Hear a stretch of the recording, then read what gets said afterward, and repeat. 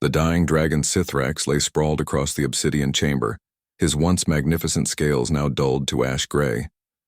The Council of Eternal Races had gathered, elven archivists with their crystalline memory stones, dwarvish lore-keepers clutching ancient tablets, and the ethereal constellation beings who remembered the birth of stars themselves. "Speak your final wish." "Ancient One," the High Elven Chancellor urged, her voice trembling with reverence. "We shall move worlds to grant it." Sithrax's golden eyes flickered open, each iris containing swirling galaxies that had witnessed 10,000 years of history. His voice rumbled like continents shifting. "Fine. The human... Who knows my name?" The chamber fell silent. "Your name?" A dwarvish scholar stepped forward, confusion etched on his weathered face. "But great Sithrax, we all know your name. It is written in every... No." The dragon's breath came in labored gasps, each one scattering millennia-old dust. "My true name. The name I chose for myself, not the one history gave me. Find the human who knows it. Only they may witness my passing." The council erupted in chaos. "Impossible." Humans lived barely a century. Their memories were fragmentary, their records primitive. How could any human know what even the eldest races had forgotten? But a dragon's final wish was sacred law across all civilizations. The search began immediately. Quantum communication networks lit up across 1,000 worlds.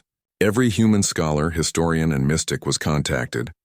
Ancient human libraries were scanned, their databases analyzed by artificial intelligences that could process information faster than thought itself.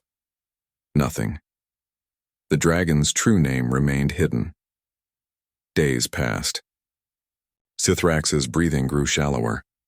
On the crystalline command ship Eternal Witness, Susan checked the search algorithms for the 47th time. As the Council's chief xenolinguistics officer, she'd spent 3 sleepless days coordinating the investigation. Her neural interface displayed cascading data streams, millions of human records, all yielding nothing. "This is insane," she muttered, rubbing her temples. "We've contacted every notable human in the galaxy. Academics, artists, religious leaders. No one knows." Her partner Lucas looked up from his own terminal, dark circles under his eyes. As a cultural anthropologist, he'd been analyzing the psychological patterns of dragon naming ceremonies. "Maybe we're thinking about this wrong. Dragons don't just tell people their true names. It's meant to be intimate, a secret shared. Then how would any human..." Susan stopped mid-sentence. "Wait, what if we're looking in the wrong database?" "What do you mean?" She pulled up a new search interface. "We've been checking scholars and important people. But what if the dragon didn't meet them in some official capacity? What if it was just random?" Lucas's eyes widened. "Personnel records. Every human who's ever worked in dragon territories." They dove into the data. Thousands of diplomatic staff, researchers, tourists. The list was enormous. Hours blurred together as they cross-referenced locations and timelines with Sithrax's known movements over the centuries. Then Susan found something. "Lucas, look at this. 52 years ago, there was a human maintenance worker stationed at the Archive of Winds on Kepler 402b. That's where Sithrax went into his last meditation before coming here." "A maintenance worker?" Lucas pulled up the file. "Lucas Johnson, wait, that's your name." "Different guy. Common human name." Lucas scanned the details. "Says here he worked night shifts cleaning the archive halls. Unremarkable service record. Nothing special. Where is he now?" Lucas traced the employment history. "Retired. Lives on." "Oh, you've got to be kidding me." "He's here. On this station. He's been working as a janitor in the dock maintenance section for the last 15 years.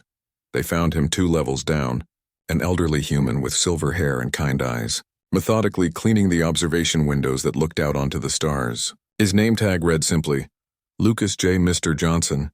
Susan approached carefully. "We need to ask you about something. About 50 years ago, you worked at the Archive of Winds." The old man's hand stilled on his cleaning cloth. "That's right. Do you remember? Did you ever meet the dragon Sithrax?" A smile crossed Lucas Johnson's weathered face, distant and warm.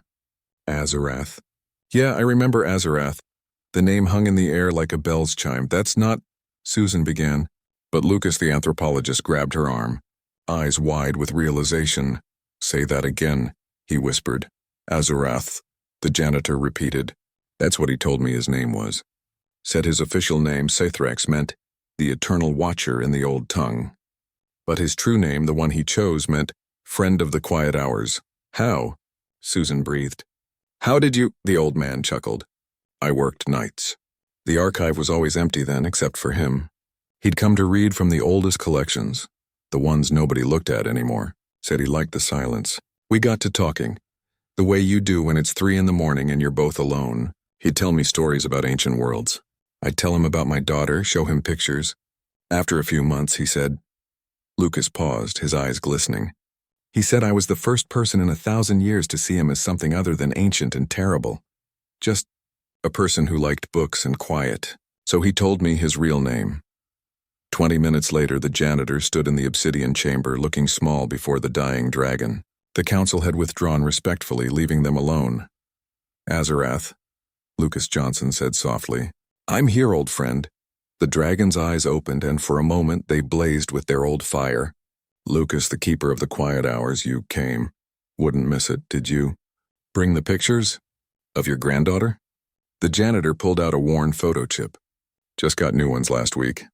As starship engines hummed in the distance and civilization spun on, a dragon and a janitor sat together in the peaceful dark, looking at pictures of a human child, sharing one last quiet hour before the ancient one slipped away. In the end, his true name hadn't been forgotten after all. It had simply been remembered by someone who mattered.